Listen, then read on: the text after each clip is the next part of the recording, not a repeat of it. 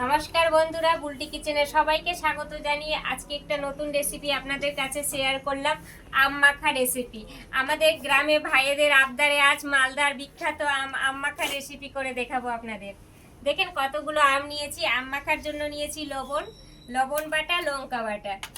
এইভাবে আমগুলো আমি এবার একে একে করে ছিলে নেব।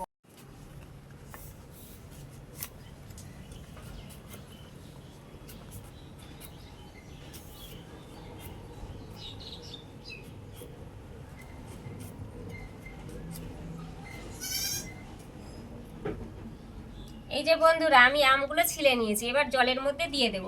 এইভাবে করে প্রত্যেকটা আম আমি ছিলে নেব। এই যে বন্ধুরা, আমগুলো আমি প্রত্যেকটা ছিলে নিয়েছি আর জলের মধ্যে ভালোভাবে ধুয়ে নিলাম। এবার আমি আমগুলোকে কেটে নেব।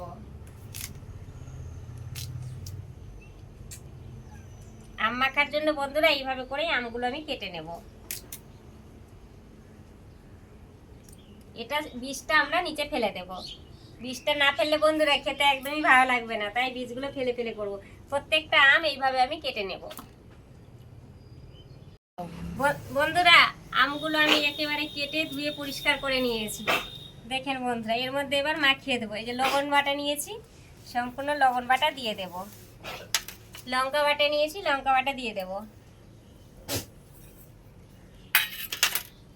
এইভাবে মাখিয়ে নেব বন্ধুরা। টক ঝাল আম মাখা, টক ঝাল আম মাখা বন্ধুরা একেবারে আমার রেডি হয়ে গেল। এবার আমি সার্ভ করব।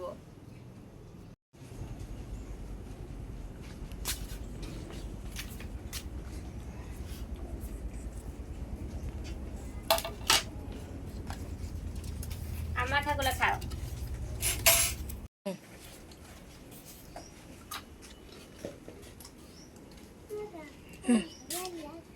কেমন হয়েছে আম মাখা? ভালো হয়েছে। কেমন লাগছে আম মাখা? ভালো। কেমন হয়েছে? ভালো হয়েছে। দেখছেন বন্ধুরা, আম মাখায় যেভাবে আমি এই রেসিপিটা বানিয়ে দেখালাম, অবশ্যই আপনারা এইভাবে আম মাখা করে খাবেন, খুবই ভালো লাগবে। আর কমেন্টে জানাবেন কেমন লাগলো আপনাদের আম মাখা। আর বেশি বেশি করে শেয়ার করে দিবেন, যাতে আমার ভিডিওটা সকলের কাছে পৌঁছে যায়।